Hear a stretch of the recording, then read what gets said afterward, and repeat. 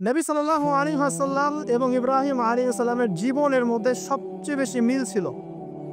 অন্য নবীদের চাইতে ইব্রাহিম আলাইহিস সালামের সাথে তার জীবনের সবচেয়ে বেশি মিল ছিল।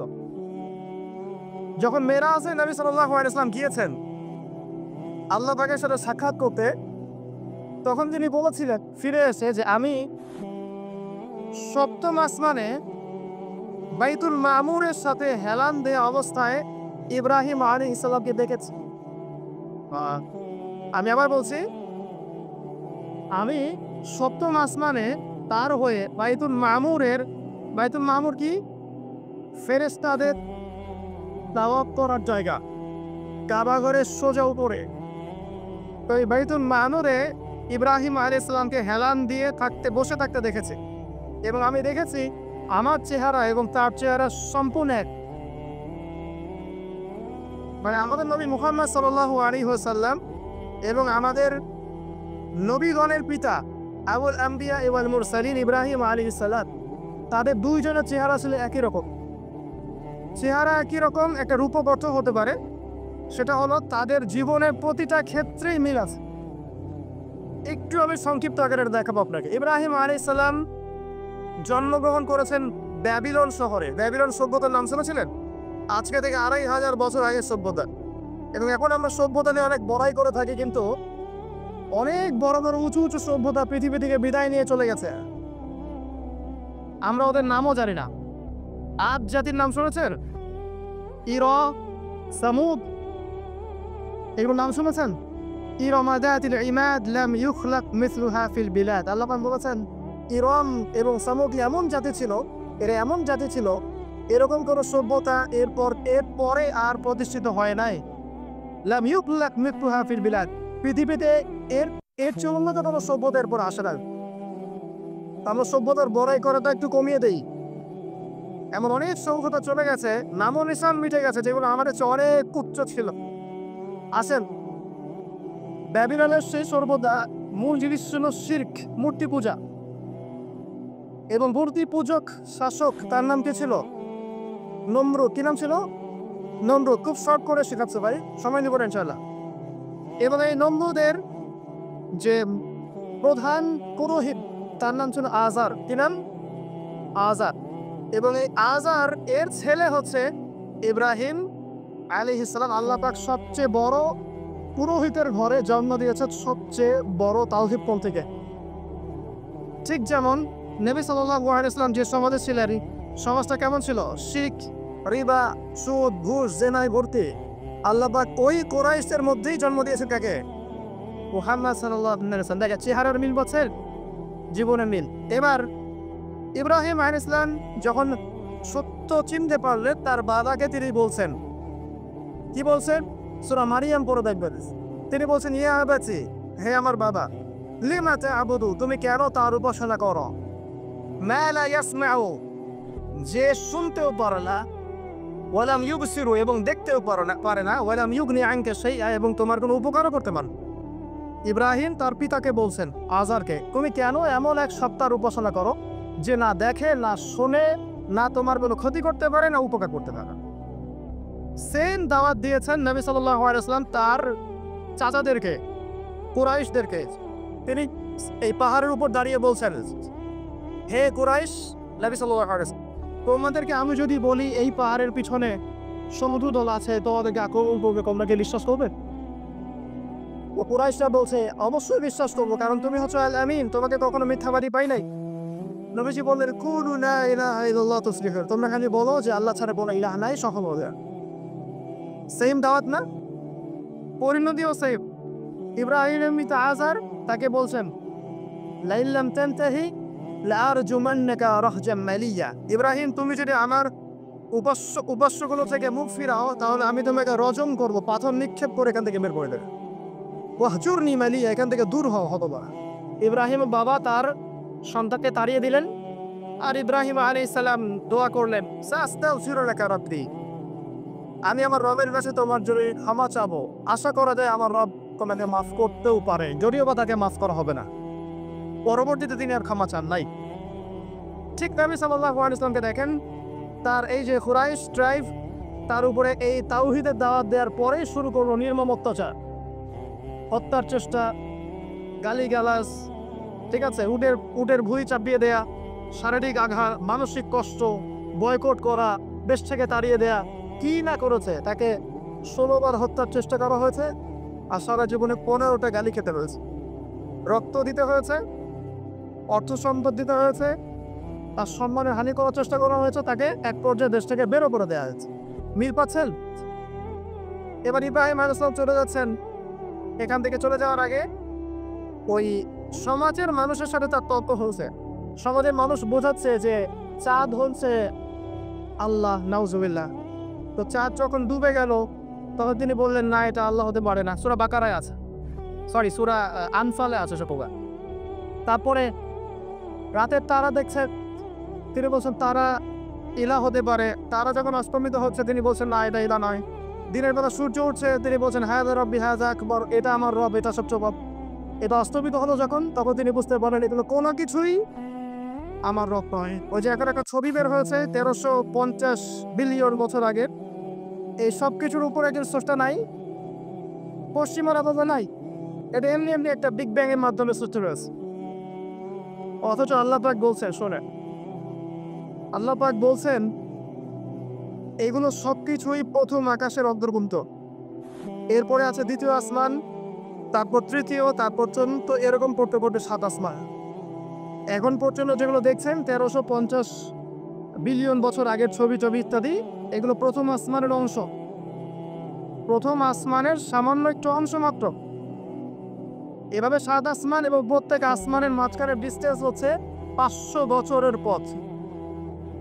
7 আসমানের উপরে আছে কুরসি, ওয়াসিআ কুরসিয়ুহুস সামাওয়াতি ওয়াল আরদ। আল্লাহ পাকের কুরসি এই 7 আসমানকে ঘিরে আছে, সুবহানাল্লাহিল আযীম। এর উপরে আছে মহাসাগর, একটা সাগর। এগুলো বিশ্বাস করবেন এখন বললে? কালকে নাসা গবেষণা করে বের করলে বিশ্বাস করবে। কথা বুঝতে পারছেন না? এগুলো মোটেই বিশ্বাস করবে না মানুষ এখন। কিন্তু কাল যদি বলে যে অমুক একটা উপগ্রহ পাঠিয়েছিলাম, সে ছবি তুলে পাঠিয়েছে, মহাসাগর আছে, হ্যাঁ, তখন বিশ্বাস করবে, হ্যাঁ আছে। প্রাণের অস্তিত্ব খুঁজে বেড়াচ্ছে মহাকাশ। আল্লাহ আগেই বলেছেন অসংখ্য প্রাণ আছে মহাবিশ্বে, কিন্তু কোরআন বিশ্বাস করবে না। এভাবে ঘুরতে ঘুরতে যখন জান্নাতের দেখা পাবে না, যদি পায় আর কি, তখন মানুষকে বলবে একটা গ্রহের সন্ধান পেয়েছি, গ্রহের মধ্যে হুর পড়ি আছে, যাদের ওড়না দিয়ে এমন সুগন্ধ বের হয়, যার ওড়নার কোনা যদি পৃথিবীতে নামিয়ে দেওয়া হতো তাহলে সারা পৃথিবীর সুগন্ধে ভরে যেত। তখন মানুষ বিশ্বাস করবে, হ্যাঁ আছে। যদি ওরা বলে জাহান্নাম মধ্যে কিছু আছে যেখানে আযাব দেওয়া হয়, শাস্তি দেওয়া হয়, 19 জন বড় বড় ফেরেশতা আছে, তখন এই বিশ্ববাসী বিশ্বাস করবে, হ্যাঁ আছে। আর ওরা যখন কিছু বিশ্বাস করে তখন সারা বিশ্বকে বিশ্বাস করাতে বাধ্য করে। ওরা বলছে করোনা করোনা, লোক সবাই বলছে করোনা করোনা। ওরা বলছে অমিক্রন, এখন সবাই বলছে অমিক্রন। তারপরে এগুলো বন্ধ, এবার রাশিয়া ইউক্রেন, এবার রাশিয়া ইউক্রেন। করোনার কথা মানুষ কিন্তু কিছুদিন আগে ভুলে গিয়েছিল। মাঝে মাঝে আবার মনে করায় দেয়, আজকে এতজন মৃত্যুবরণ করেছে, আজকে এতজন আক্রান্ত, যেটা আপনি ভুলে না যান। পুরা মাইন্ড প্রোগ্রামিং, আপনার মাথা আমার মাথা প্রোগ্রামিং। তার কিছুদিন আগে ক্ষেপণাস্ত্র, উত্তর কোরিয়া ক্ষেপণাস্ত্র দিচ্ছে, ক্ষেপণাস্ত্র। মানে এক এক সময় এক একটা দিয়ে মানুষকে ব্যস্ত রাখা। এখন ব্যস্ত রাখছে এসে 1350 বিলিয়ন বছর আগের ছবি, ব্যস্ত থাকো এখন, এটা নিয়ে নাচো আর গাও কয়েক মাস যা, এই ফাঁকে তারা কিছু কাজ করবে। মানে আমি আমার ছোট ভাইকে বললাম আজকে আসতে বিষয়টা এরকম, আমাদের বাসায় ছোট বাচ্চা আছে না, অনেক সময় ছোট বাচ্চার অনেক খুব জ্বালায়, মানে ঘ্যান প্যান শুরু করে। তখন আমরা কি করি, বাধ্য হয়ে অনেক সময় দেখা যায় বাবা স্মার্টফোনটা নেই, এই কার্টুনটা দেখ। আচ্ছা ঠিক আছে, আচ্ছা কার্টুন দেখতে বসে গেল, তো 1 ঘন্টা কার্টুন দেখছে। এই 1 ঘন্টা কিন্তু শেয়ার আপনি ডিস্টার্ব করবেন, আপনি রিল্যাক্সে আপনি কাজ করতে পারবেন। তাই বলে বাচ্চাদেরকে কার্টুন অভ্যাস করেন না, উদাহরণ দিচ্ছে একটা। আর যদি কার্টুন দেখাতেই হয়, ইসলামিক কোনো কার্টুন দেখায়। তো ওয়ার্ল্ড যারা নিয়ন্ত্রণ করে তারা বিশ্ববাসীর সাথে এরকম গেম খেলছে। এরকম কিছু প্রযুক্তি, এরকম কিছু মানে প্রোগ্রামেবল বা আপগ্রেডেড কোনো ফিচার, এন্টারটেনমেন্ট আমরা সামনে দিয়ে দিয়েছে, এইগুলো আমরা ব্যস্ত। এরকম ইস্যুগুলো তো দিয়ে দেয়, এইগুলো আমরা ব্যস্ত। ওরা ওদের কাজ ঠিকই করছে। ইসরায়েল পুরো প্যালেস্টাইন দখল করার যে প্ল্যান, এদিকে এগিয়ে যাচ্ছে, আসছে, এগোচ্ছে। আমরা একটা বিষয়ে ব্যস্ত থাকি। যাই হোক, অনেক ভিতরে চলে যাচ্ছি। তো যেটা বলছিলাম যে এই 7টা আসমানের উপরে আছে কুরসি, তার উপরে মহাসাগর, তার উপরে আছে আরশে আজিম। যে আরশে আজিমের টা খুঁটি আছে, কয়টা খুঁটি? 8টা খুঁটি ধরে আছেন মাত্র 8 জন ফেরেশতা। সূরা হাক্কার মধ্যে এটা আছে। কোন সূরা? হাক্কা। এই 8 জন ফেরেশতা এটাকে বহন করে কিয়ামতের দিন নিয়ে আসবেন। কারণ না, তাদের শক্তি চিন্তা করে।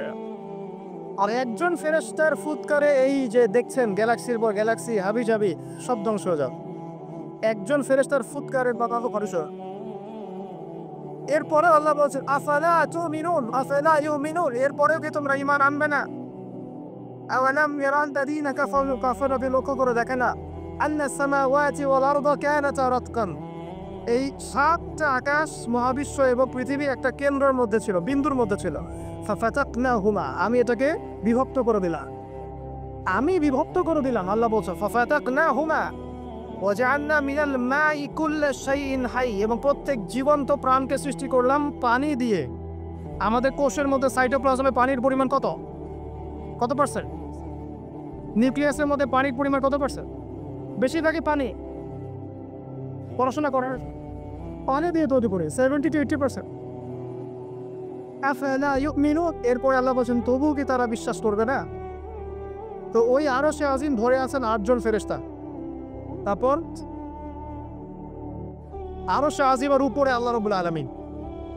তো আল্লাহ রাব্বুল আলামিন এই যে প্রথম মহাবিশ্ব দেখছেন, এর ঊর্ধ্বে অবস্থান করছেন। তার মানে এখানে যে সময় চলছে, অতীত, এখানকার ভবিষ্যৎ, এখানকার বর্তমান, আল্লাহকে এই 3 কালের ঊর্ধ্বে অবস্থান করছে।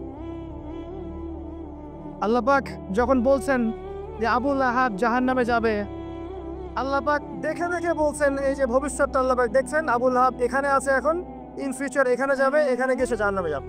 আল্লাহ চোখের সামনে সব। আমাদের কাছে মনে হচ্ছে অতীত, বর্তমান, ভবিষ্যৎ, আল্লাহর সামনে এগুলো কিছুই নাই। ওই যে নক্ষত্রের কথা বলা হচ্ছে, এটা অতীতকালের ছবি, কত বছর আগের ছবি, এত বিলিয়ন বছর আগের ছবি। মানে আপনি আমি আকাশে যা দেখি এগুলো পাস্ট টেন্স, অতীতকাল। এটা সূর্য আপনি দেখছেন এখন, এটা 8 মিনিট 20 সেকেন্ড আগের সূর্য। ওদের থিওরি মতে আলো আসতে যে সময়টুকু লাগে, এই সময়টুকু চলে যাচ্ছে আপনার। আলো আসতে কতটুকু সময় লাগে পৃথিবীতে? 8 মিনিট 19 সেকেন্ডের মতো। তার মানে আপনি যে সূর্যটা দেখছেন এটা আসলে 8 মিনিট 19 সেকেন্ড আগের সূর্য। তার মানে আমরা যা দেখছি আকাশে সব পাস্ট টেন্স, অতীতকাল। তাহলে যদি সূর্য থেকে পৃথিবীকে দেখা যায়, তাহলে ওরা পৃথিবীর অতীতকাল দেখবে। কথা কি বুঝতে পারছেন? আল্লাহ পাক এগুলো সবের ঊর্ধ্বে। এই আলোর চেয়ে প্রচন্ড গতিতে, আলোর বেগের চেয়ে যদি অনেক অনেক অসীম গতিতে কেউ যদি ছুটতে পারে মহাকাশে, তাহলে সে এই সব কালের ঊর্ধ্বে চলে যাবে। স্টিফেন হকিংসের মতো সূত্র আছে এরকম। এটাই নবী সাল্লাল্লাহু আলাইহি ওয়াসাল্লামের মেরাজের সাথে মিলে যায়। তিনি গিয়েছেন, ফিরে এসেছেন, এসে দেখেছেন অজুর পানি গড়িয়ে পড়ছে টাইমের ঊর্ধ্বে। সবই বৈজ্ঞানিক, আসলে প্রমাণ করতে পারে না। তখন বলবে যে ধর্ম, মৌলবাদ, অন্ধবিশ্বাস ইত্যাদি ইত্যাদি। যখন প্রমাণ করতে পারবে তখন ধার্মিক হয়ে যাবে প্রতিটা বিষয়। তো এটা নিয়ে আরো ডিপ কথা আছে, আজকে ওইদিকে আমি যাচ্ছি গাছ। এতটুকু বলছে আল্লাহ পাক এই সব কিছুর ঊর্ধ্বে, সেখান থেকে আল্লাহ রাব্বুল আলামিন সবকিছু দেখেন এবং শোনেন। আসুক, আল্লাহ কোথায় এটা খুঁজতে ইব্রাহিম আলাইহিস সালাম বলছেন, হয় তারা আমার রব, চাঁদ আমার রব, বা নক্ষত্র আমার রব, সূর্য বড় সূর্য রব। যখন এগুলো ডুবে গেল তখন তিনি একটা কথা বললেন, সেটা কি? ইন্নী ওয়াজ্জাহতু ওয়াজহিয়া লিল্লাযী ফাতারাস সামাওয়াতি ওয়াল আরদা হানিফা ওয়া মা আনা মিনাল মুশরিকিন। আল্লাহ পাক এটা অন্য জায়গায় বলেছেন, মা কানা ইব্রাহিম ইয়াহুদিয়্যা ওয়ালা নাসরানিয়্যা। ইব্রাহিম ইহুদি ছিল না, নাসারা ছিল না, ওয়ালাকিন কানা হানিফান মুসলিমা, তিনি একনিষ্ঠ মুসলিম ছিলেন। ওয়া মা কানা মিনাল মুশরিকিন, তিনি মুশরিকদের অন্তর্ভুক্ত ছিলেন না। হুয়া সাম্মাকুমুল মুসলিমিন, তিনি তোমাদের নাম দিয়েছেন মুসলিম। তো একইভাবে নবী সাল্লাল্লাহু আলাইহি ওয়াসাল্লামকে দেখেন, তিনিও কিন্তু সমাজের অরাজকতা দেখে হেরাগুয়ে চলে গেলেন। সেখানে আল্লাহকে ডাকতে লাগলেন, ধ্যান করতে লাগলেন। এক পর্যায়ে ওহী তার কাছে আসলো, দুজনের দেখেন কত মিল পাওয়া যাচ্ছে। এরপর যেমন ইব্রাহিম আলাইহিস সালামকে সমাজ থেকে তাড়িয়ে দেওয়া হলো, নবী সাল্লাল্লাহু আলাইহি সাল্লামকেও সমাজ থেকে কি করা হলো? তাড়িয়ে দেওয়া, মারা হলো, গালি দেওয়া হলো, রক্তাক্ত করা হলো, এক পর্যায়ে তাকে হিজরত করে চলে গেল। মি করছেন পরিবার বাধা দিয়েছে ইব্রাহিম আলাইহিস সালামকেও, মুহাম্মদ সাল্লাল্লাহু আলাইহি সাল্লামকে। আত্মীয়রা বাধা দিয়েছে ইব্রাহিম আলাইহিস সালামকেও, মুহাম্মদ সাল্লাল্লাহু আলাইহি সাল্লামকেও। সমাজ বাধা দিয়েছে ইব্রাহিম আলাইহিস সালামকেও, মুহাম্মদ সাল্লাল্লাহু আলাইহি সাল্লাম। হিজরত করে চলে যেতে হয়েছে তাকেও এবং তাকেও আলাইহিস সালাম। দুজনের চেহারার মিল। চলে যাওয়ার সময় তাদের সাথে কে ছিল? ইব্রাহিমের সাথে তার স্ত্রী সারা। তার স্ত্রীর নাম কি? বিশ্বের সবচেয়ে সুন্দরী মহিলা ছিলেন দুজন। কয়জন? দুজন। একজন হাওয়া আলাইহিস সালাম, 2 নাম্বার সারা আলাইহিস সালাম। তাদের মতো সুন্দরী নারী পৃথিবীতে খুব একটা আসেনি। এই ওয়াজটা আবার আপনার বউকে শোনায়েন না, রাগ হয়ে যাক। তাকে গিয়ে বলবেন, বিশ্বের সবচেয়ে সুন্দর মেয়ে তুমি, আমার চোখে তুমি সবচেয়ে সুন্দর। যদি কন্ট্রোল করতে চান, খালি প্রশংসা প্রশংসা। নিন্দা করতে গেলেই সমস্যা, নিন্দা করতে গেলেই বেঁকে বসে যাবে। খালি প্রশংসা, তুমি অনেক সুন্দর, তোমার কান্না অনেক সুন্দর, তোমার রুচি অনেক ভালো, তুমি আছো বলেই আমার সম্রাট সংগঠন। শুধু প্রশংসা। দেখবেন যে সব সুন্দর মতো চলছে, ঘুড়ি উঠছে আকাশে সুন্দর। আর যদি তারা হেসা শুরু করেন, তাহলে ওই যে মানজা দিতেন না পড়ে ঘুড়ি, ঘুড়ি কেটে চলে যাওয়া। আর অন্য আরো ধুড়ি যদি আকাশে থাকে, তাহলে ওই গুই গুই প্যাঁচটাকে কেটে চলে যাবে। কথা কি বুঝতে পারছে? বোঝেন বোঝেন। যাও, এখন কিন্তু এই সময়টা চলছে, প্রত্যেক ঘরে ঘরেই ফিতনা, আর প্রত্যেক ঘরে ঘরেই পরকীয়া। অতএব দ্বিতীয়ত ভালোবাসা বজায় রাখার চেষ্টা করতে হবে। আল্লাহ তাআলা তৌফিক দান করুন। আর হিজরতের সময় তাদের দুইজনের সঙ্গী হচ্ছেন তাদের স্ত্রীরা। দেখেন শুরু থেকে নবী সাল্লাল্লাহু আলাইহি ওয়াসাল্লামের পাশে ছিল তার স্ত্রী খাদিজা রাদিয়াল্লাহু আনহা, এবং ইব্রাহিম আলাইহিস সালামের পাশে তার স্ত্রী সারা আলাইহিস সালাম। আর খাদিজা রাদিয়াল্লাহু আনহার অবদান সম্পর্কে তিনি বলছেন যে আমার কথা যখন কেউ শুনতো না, তখন খাদিজা আমার উপর ঈমান এনেছিল। অতএব তোমরা তাকে নিয়ে ভালো মন্দ বলো না। আর খাদিজা রাদিয়াল্লাহু আনহা সেই মহিয়সী নারী যাকে জিবরাইল আলাইহিস সালাম সালাম দিয়েছেন, এবং তার জন্য জান্নাতে এমন একটা ঘর নির্মাণ করা হয়েছে যেই ঘরের মধ্যে কোনো শোরগোল নাই, কোনো রকমের শব্দ দূষণ নাই। সুকুন সালাম পিস। আমাদের মা বোনদেরকে আল্লাহ খাদিজা রাদিয়াল্লাহু আনহার বলে মানিয়ে দিন নামে। এবার হিজরত তাকেও করতে হলো। তিনি করলেন মদিনায় সাল্লাল্লাহু আলাইহি ওয়াসাল্লাম। আর ইব্রাহিম আলাইহিস সালাম কোথায় করলেন? না, প্রথমে ফিলিস্তিনে। কোথায়? ফিলিস্তিনে। শাম দেশ বলা হয় ফিলিস্তিনকে। সেখানে গিয়ে যাওয়ার পথে একটা ঘটনা, যাওয়ার পথে একটু দাঁড়াই, যাওয়ার আগে একটা ঘটনা ঘটেছে, তারপর একটা ঘটনা। যাওয়ার আগে ঘটনা কি? সমাজের লোকজন মূর্তি পূজা করছে। সূরা আম্বিয়ার মধ্যে আছে, আমি শর্ট করছি, নাহলে সময় বেশি লাগবে। সূরা আম্বিয়ার মধ্যে আছে, লোকজন শিরক করছে। ইব্রাহিম আলাইহিস সালাম বলছেন, মা হাদিহি তামাসিলুল্লাযী আনতুম লাহা আকিফুন। এইসব কি সব মূর্তি তোমরা পূজা করো, যারা শোনেও না এবং উপকারও করতে পারে না, অপকারও করতে পারে না। তখন তার কম তাকে বলছেন, তুমি কি আমাদের সাথে ঠাট্টা মশকরা করছো না? তোমার কাছে কোনো সত্য আছে? তখন ইব্রাহিম আলাইহিস সালাম বলছেন, তোমরা চলে গেলে আমি এদের ব্যাপারে ব্যবস্থা নেব। যখন তারা চলে গেল, ইব্রাহিম আলাইহিস সালাম এই সবগুলো মূর্তিকে ভেঙে ফেললেন, ইল্লা কাবীরুম মিনহুম, শুধু বড় মূর্তিটা বাদ দিয়ে। তারা ফিরে আসলো, এসে দেখলো যে মূর্তি ভাঙা। কে ভাঙলো? মান ফাআলা হাদা বিআলিহাতিনা, আমাদের উপাস্যদের সাথে এই কাজ কে করেছে? একজন বলল, হয়তোবা সে ব্যক্তি করেছে, ইউকাল লাহু ইব্রাহিম, যার নাম ইব্রাহিম। টাকা হলো, তুমি কি করেছো? তিনি বলছেন যে বাল ফাআলা কাবীরুহুম হাদা, বরং তাদের বড় মূর্তিটাই কাজ করেছে। ফাসআলহুম ইন কানু ইয়ানতিকুন, মুখে জিজ্ঞাসা করো যদি সে কথা বলতে পারে। এবার তারা বুঝতে পারলো তো কথা বলতে পারেন। তখন ইব্রাহিম আলাইহিস সালাম বললেন, তুমি কেন তাহলে এমন কিছুর উপাসনা করছো যে শোনেও না, দেখেও না, কথা বলতে পারে না? আমি যাকে ভাঙলাম সে তো প্রতিহত করতে পারলো না, একটা মাছি বসলে সে তাড়াতেও পারলো না, তাহলে কেন তার উপাসনা করছো? কোনো জবাব নাই, কিন্তু হঠকারিতা অহংকার আছে। ঠিক এখনকার নমরুদ ফেরাউনদের মধ্যে জবাব নাই, কিন্তু হঠকারিতা অহংকার আছে। তাকে দরবারে নিয়ে যাওয়া হলো। ওখানে শাসককে নমরুদ কি ডেকে বলছে, কি সমস্যা? তো ইব্রাহিম বলছে, কি সমস্যা, কে তোমার রব? ইব্রাহিম আলাইহিস সালাম বলছেন, রব্বি আল্লাযী ইউহয়ী ওয়া ইউমীত, আমার রব সে যে জীবন দেয় মৃত্যু দেয়।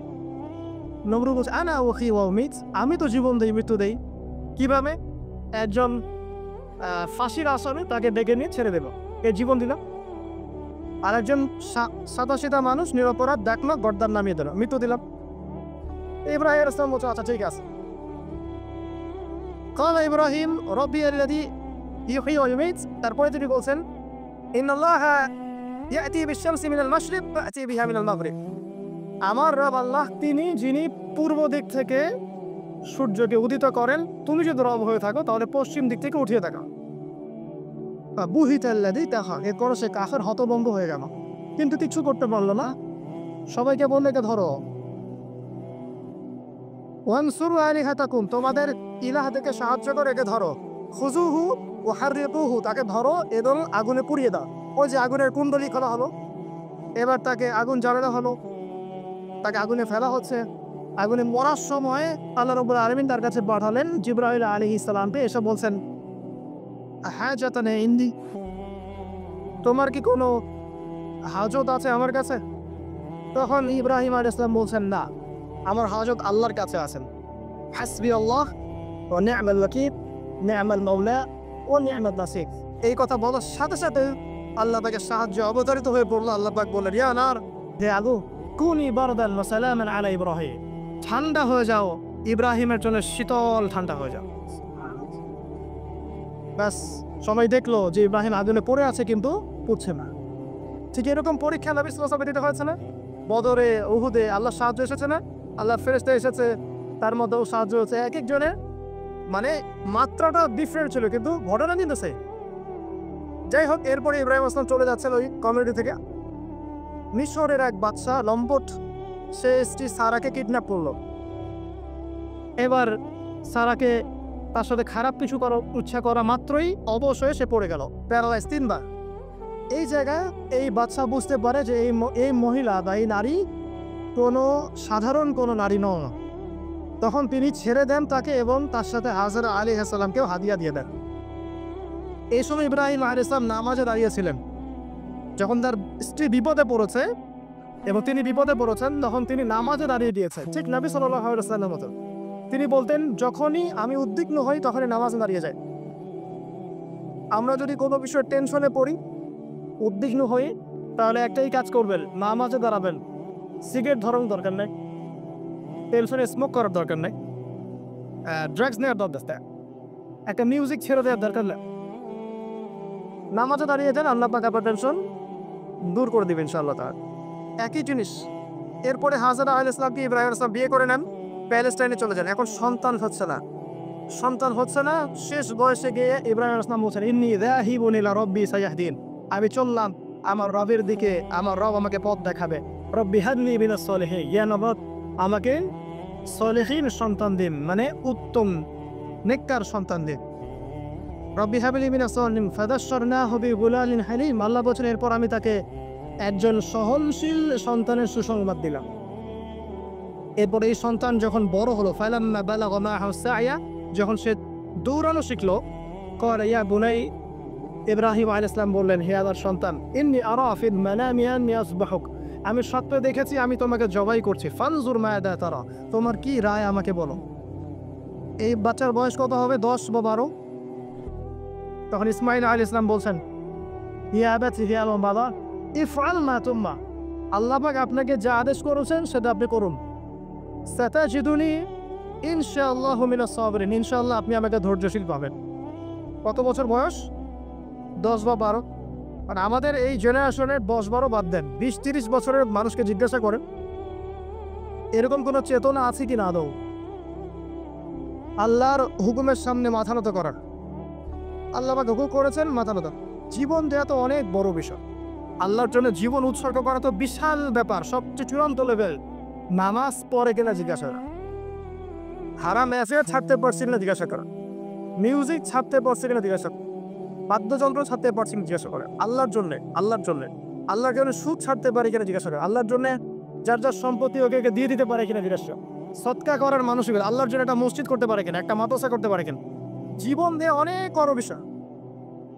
যারা ছোট ছোট কুরবানি করতে পারে না, এরা বড় কুরবানি করতে পারবে, এটা ভাবা যায় না, এত সহজ না। যারা ছোট ছোট কোরবানি করতে পারে না, যে 5 টাকা দান করার মানসিকতা রাখে না, তার কাছে আপনি 5 লাখ টাকা চাচ্ছেন, সম্ভব? ইল্লা না শাম। তো এই বাচ্চার বয়স 12 বছর, বলছেন ইয়া আবাতি, হে আমার বাবা, ইফআল মা তুমার, আল্লাহ পাক যা আদেশ করেছেন করেন, আমাকে ধৈর্যশীল পাবে। এরপরে ফালাম্মা আসলামা ওয়াজাদাহু লিজাবিদ, যখন তার উভয়ে আত্মসমর্পণ করলেন এবং বাবা ছেলেকে পাশ করে শুইয়ে দিলেন জবাই করার মতো করে। ওয়ানাদা ইয়া আইয়া ইব্রাহিম, আল্লাহ বলছেন আমি ইব্রাহিমে ডাকলাম, হে ইব্রাহিম, কদ সাদ্দাকতা রুইয়া, তুমি তোমার স্বপ্নকে সত্যি করেছো। কদ সাদ্দাকতা রুইয়া ইন্না হাদা লাহুয়াল বালাউল মুবিন, এটা ছিল একটা স্পষ্ট পরীক্ষা। ওয়া ফাদাইনাহু বিযিবহিন আযীম, এই জায়গায় আমি একটা মহান কুরবানি উৎসর্গ করলাম, সে সন্তান কুরবানি দেওয়া লাগবে না। ওয়া সালাম আলা ইব্রাহিম, ইব্রাহিমের উপরে শান্তি বর্ষিত হোক। এই হলো আপনার ঈদুল আজহা। কয়েকজন মানুষ কুরবানি করার সময় এই চেতনা লালন করেছে যে আমি ইব্রাহিম, আমি যাকে কুরবানি করছি আমার সবচেয়ে প্রিয় বস্তু ইসমাইল, এবং যদি জীবনে কখনো আমার সুযোগ আসে আমিও আমার জান, আমার মাল, আমার সম্পদ আল্লাহর রাহে কুরবানি করবো ইনশাআল্লাহ। কয়েকজন এই রাহে কুরবানি করেছে, স্রেফ গোশত খাওয়ার উৎসব বানিয়ে নিয়েছে আমরা এটাকে, স্রেফ গোশত খাওয়া। আর গোশতের ভাগাভাগি কারাকারি নিয়েছে, মানে কি যে একটা অবস্থা, এটা আমার চাপড়া ভালো জানে। যাই হোক, এরপরে বাবা ছেলে মেয়েরা নির্মাণ করলেন কাবা। আল্লাহ পাক তাদের সন্তানকে বলছেন যে ইয ক্বালা লাহু রাব্বুহু আসলিম ক্বালা আসলামতু লিরাব্বিল আলামিন, যখনই আল্লাহ পাক ইব্রাহিম আলাইহিস সালামকে কোনো আদেশ করেছেন তিনি সাথে সাথে সেটা মাথা পেতে নিয়েছেন। এর নাম হচ্ছে মুসলিম, এর তিনি মুসলিম জাতির পিতা। আমরা কথা বলছি কাকে নিয়ে?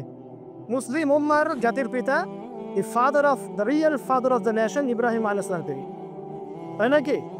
তার ব্যাপারে আল্লাহ পাক বলছে যখনই আমি তাকে বলেছি আত্মসমর্পণ করো, সাথে সাথে সে আত্মসমর্পণ করেছে। এবং যত যত পরীক্ষা আমি তাকে দিয়েছি প্রত্যেকটা পরীক্ষায় সে উত্তীর্ণ হয়েছে। এরপরে কাবা ঘর নির্মাণ করেছে, নির্মাণ করার পরে দোয়া করেছে এই যে রব্বানা তাকাব্বাল মিন্না ইন্নাকা আনতাস সামিউল আলিম ওয়া তুব আলাইনা ইন্নাকা আনতাত তাওয়াবুর রহিম, দোয়া করেছে। এর আগে যে জমজম তুবের ঘটনাও আছে, হাজরা আলাইহিস সালাম ছুটছেন, খাবার পেটে কিছুই নাই, অলৌকিকভাবে আল্লাহ রাব্বুল আলামিন এই জমজম কূপ তৈরি করলেন। প্রতিটা ঘটনা কার সাথে সম্পৃক্ত? ইব্রাহিমের পরিবারের সাথে সম্পৃক্ত আলাইহিস সালাম। এই দোয়া করার পর তিনি আরো একটা দোয়া করেছেন, সেই দোয়াটা কি জানেন? রব্বানা ওয়াবআস ফীহিম রাসূলাকুম ইয়াতলু আলাইহিম আয়াতিক ওয়া ইউআল্লিমুহুমুল কিতাবা ওয়াল হিকমা ওয়া ইউযাক্কিহিম ইন্নাকা আনতাল আজিজুল হাকীম। ইব্রাহিম আলাইহিস সালাম শেষ দোয়াটা করেছেন, হে আমার রব, এরপরে আপনি এমন একটা ন্যাশন পাঠাবেন, যে ন্যাশনের মধ্যে এমন একজন নবী পাঠাবেন যে নবী তাদেরকে আপনার কিতাব শেখাবে, সুন্নত শেখাবে, তাদেরকে পবিত্র করবে। এই দোয়ার ফসল হচ্ছে মুহাম্মদ সাল্লাল্লাহু আলাইহি ওয়াসাল্লাম। ইব্রাহিম আলাইহিস সালামের দুই ছেলে, একজন ইসমাইল যাকে কেন্দ্র করে মক্কার এই ঘটনাগুলো, আরেক ছেলে হচ্ছে কি বলেন? ইসহাক, তাকে কেন্দ্র করে ওই ফিলিস্তিনের ঘটনা। ইসহাক আলাইহিস সালামের ছেলে ইয়াকুব আলাইহিস সালাম, তার সন্তান 11টা বা 12টা সন্তান, একজন বেনিয়ামিন, আরেকজন ইউসুফ, আর এইদিকে ইউসুফের ভাইরা 12 বা 13 জন সন্তান।